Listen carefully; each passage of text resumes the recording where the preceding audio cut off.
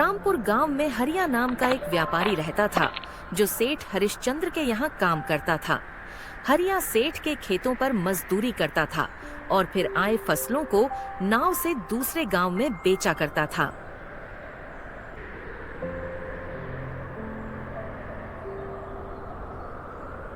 जल्दी जल्दी करो, सारा समय यहीं पर लगा दोगे तो यह सामान ले जाओगे। अरे थोड़ा जल्दी जल्दी हाथ चलाओ। हाँ मालिक, सारा सामान नाव पर रख दिया है, बस ये कुछ चावल के बोरे ही रह गए हैं। बस इनको भी रखकर हम तुरंत ही निकल जाएंगे। हाँ ठीक है, जल्दी करो। अरे बिरजू कहाँ गया? कहीं दिख नहीं रहा है। वो मालिक, बिरजू इस ठंड में अचानक बेहोश होकर गिर पड़ा था, इसलिए हम उसे घर छोड़ आए। अरे तो तुमने मुझे क्यों नहीं बताया? घर क्यों भेज दिया मालिक? मैं हूं कि तुम बताओ जरा। आप मालिक, तो तुमने किससे पूछकर उसे घर भेज दिया? जी मालिक, गलती हो गई, आगे से ऐसा नहीं होगा, होना भी नहीं चाहिए, नहीं तो तुम्हारी नौकरी तो गई समझो। चलो सब जल्दी जल्दी काम करो। हरिया भाई, आज तो बहुत ठंड लग रही है, मेरे तो हाथ पैर ठीक से काम ही नहीं कर रहे। हाँ भाई, सारा मामला तो पेट का ही तो है। अगर ये भूख ना होती तो मैं तो इस ठंड में घर से बाहर ही नहीं निकलता। पर क्या करें, जब भगवान ने पेट दिया है तो इसके लिए तो ये सब करना ही पड़ेगा। हाँ भाई शंकर, हम गरीबों के पास इस ठंड में काम करने के सिवा कोई और रास्ता भी तो नहीं है। काम करें तो कुछ पैसे मिले। एक यह हमारा मालिक है जिसके पास हम गरीबों के ऊपर जरा सा भी दया भाव नहीं है। इतनी ठंड में दिन रात हमसे काम लेता है और खुद तो सारा दिन बंद घर में घुसा रहता है। अरे भाई थोड़ा धीरे बोल, कहीं मालिक ने सुन लिया ना तो खामखा ही सबको डांट पड़ेगी। वैसे भी मालिक के पास दिल कहाँ है। हम मजदूरों के लिए, उन्हें तो बस काम से मतलब है, चाहे कितनी ही ठंड हो। अरे यूं रोने धोने से कुछ नहीं होगा। चलो सब जल्दी, जितना जल्दी काम निपटे उतना ही जल्दी हम घर को लौट पाएंगे। सभी मजदूर नाव में बैठकर दूसरे गांव के लिए निकल पड़ते हैं। हरिया अपने परिवार के साथ एक छोटे से किराए के मकान में रहता था। हरिया सेठ हरिश्चंद्र के खेतों में खेती करके अपने परिवार का पालन पोषण करता था। हरिया का परिवार बहुत गरीब था और उनका घर भी टूटा फूटा था, जिस वजह से सर्दियों का मौसम आते ही उन्हें बहुत परेशानियों का सामना करना पड़ता था। माँ, पिताजी को बोलो ना, वह छत की मरम्मत करवा ले और खिड़कियों को भी ठीक करवा दे। सर्दी का मौसम शुरू हो गया है। रात को जब खिड़की में से हवा आती है ना तो बहुत सर्दी लगती है। चिंता मत करो बेटा, मैं तुम्हारे पिताजी से कहकर इस खिड़की में पर्दा लगवा दूंगी, क्योंकि खिड़की लगाने के पैसे तो अभी हमारे पास नहीं है, लेकिन पर्दा लग जाएगा तो उससे भी बहुत बचाव हो जाएगा। लेकिन माँ, पिछली बार जब हमने खिड़की पर पर्दा लगाया था तो तेज ठंडी हवा के कारण वह पर्दा उड़ गया था। मुझे नहीं लगता कि पर्दा लगाने का कोई भी फायदा होगा। एक बार कोशिश करके तो देख ही सकते हैं ना बेटा। तुम चिंता मत करो, मेरे पास कुछ पुरानी साड़ी पड़ी है। तुम्हारे पिताजी आएंगे तो उनसे कहकर खिड़की पर पर्दा टंग दूंगी। थोड़ी देर बाद हरिया घर आता है। जरा सुनिए, इस खिड़की से बहुत ठंडी हवा आती है। यह लीजिए, आप इस पर पर्दा लगा दीजिए। ठीक है, अभी लगा देता हूँ, लेकिन मुझे नहीं लगता कि इससे कोई भी फर्क पड़ेगा। इधर तेज हवा चली तो पहले की तरह यह फट जाएगा। हरिया खिड़की पर पर्दा टांग देता है। जी, मैं आपको कह रही थी कि ठंड का मौसम शुरू हो गया है। हमारी छत में जगह जगह छेद भी है।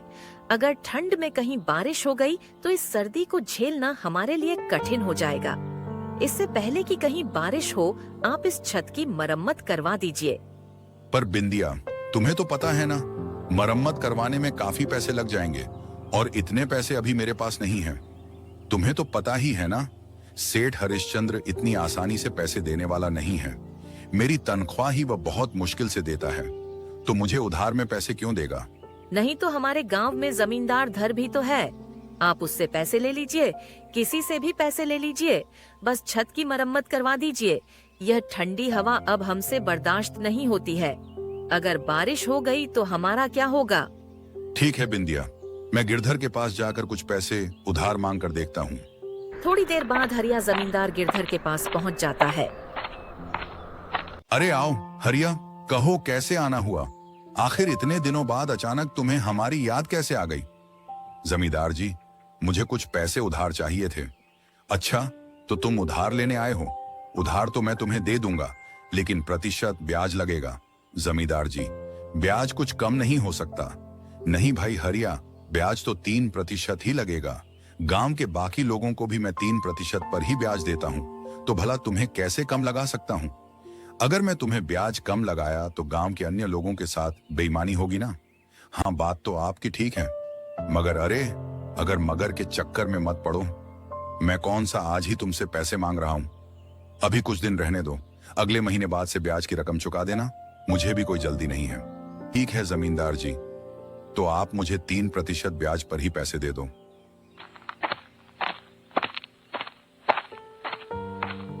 हरिया जमींदार से पैसे लेकर अपनी छत की मरम्मत करवा लेता है। देखो बिंदिया, अब तो छत की मरम्मत भी हो गई है और खिड़कियां भी ठीक हो गई हैं। अब घर में ठंडी हवा भी नहीं आ रही है। अब हमारी ठंड भरी रात आराम से गुजर जाएगी। जी हाँ, बड़े दिनों बाद आराम मिला है घर में, वरना ठंडी हवाओं से तो पूरा शरीर कांप रहा था। इस तरह हरिया का परिवार के दिन खुशहाल बीत रहे थे। हरिया का काम भी अच्छा चल रहा था। कहिए मुंशी जी, क्या चल रहा है? सब ठीक तो है ना? जी हुकुम, सब ठीक है। और भला आपके डर से कौन गलती कर सकता है? हाँ, डर जरूरी है, नहीं तो जमींदारी नहीं चलेगी। आज की जो भी आमदनी होगी वह मुझे बता देना, वही तो देने आया हूं। हुक्म, लेकिन एक छोटी सी दिक्कत है। एक जने को लेकर दिक्कत किस वजह से हो रही है? तुमको दिक्कत हुक्म वही हमारे गांव के मदन को लेकर। उसने पिछले ही साल हमसे नाव खरीदने के लिए पैसे उधार लिए थे। क्या हुआ, उधार सही पर नहीं भरा क्या? अरे हुक्म, भरता कैसे? उसका कारोबार ही ठप हो गया।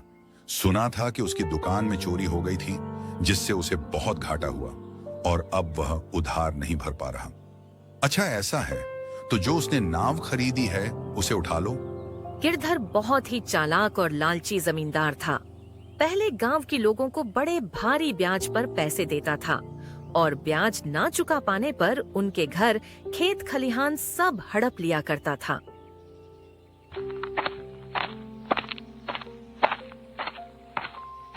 ये पैसा रखो, जमींदार के आदमी आएंगे तो उन्हें ये पैसे दे देना।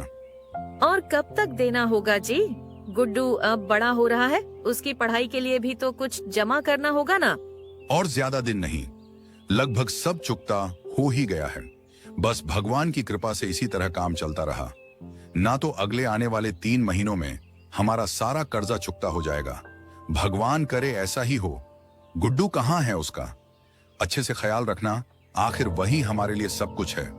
चलो मैं अब निकलता हूँ, नहीं तो काम में देरी हो जाएगी। अच्छे से जाइएगा।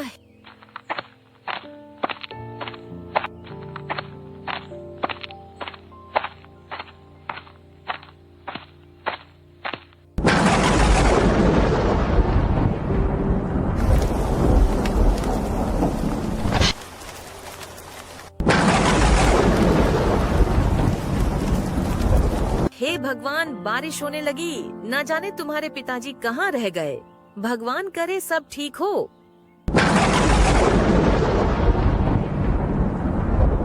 माँ क्या हुआ? कुछ नहीं बेटा, तुम अंदर चलो, मैं अभी आती हूँ। भगवान उनकी रक्षा करना, इतनी बारिश हो रही है, बस वह सुरक्षित घर आ जाए। अरे थोड़ा सा खा लो ना बेटा, नहीं तो ये खाना बर्बाद हो जाएगा ना बेटा। माँ मुझे भूख नहीं लगी है। रात बहुत बड़ी है बेटा, अगर अभी नहीं खाओगे तो रात में भूख लग जाएगी। माँ आप कब खाएंगे? बस आपके पापा आ जाए तब हम एक साथ खा लेंगे। तुम खाकर सो जाओ। लगता है तुम्हारे पापा आ गए, मैं दरवाजा खोल कर आती हूँ। जी आप कौन? क्या यह हरिया का घर है? आज नदी से नाव ले जाते समय बीच रास्ते में ना पलट गई। नाव पलट जाने से हरिया की उस नदी में ही मौत हो गई। इसके बाद बिंदिया अपने जीवन में अकेली पड़ जाती है। उसके जीवन की सारी खुशियां चली जाती हैं। वह खुद तो दूर, वह अपने बेटे को भी 3 वक्त का ढंग से खाना नहीं खिला पाती। आती है ऊपर से जमींदार के पैसे न लौटाने पर उसको खूब खरी खोटी सुननी पड़ती है।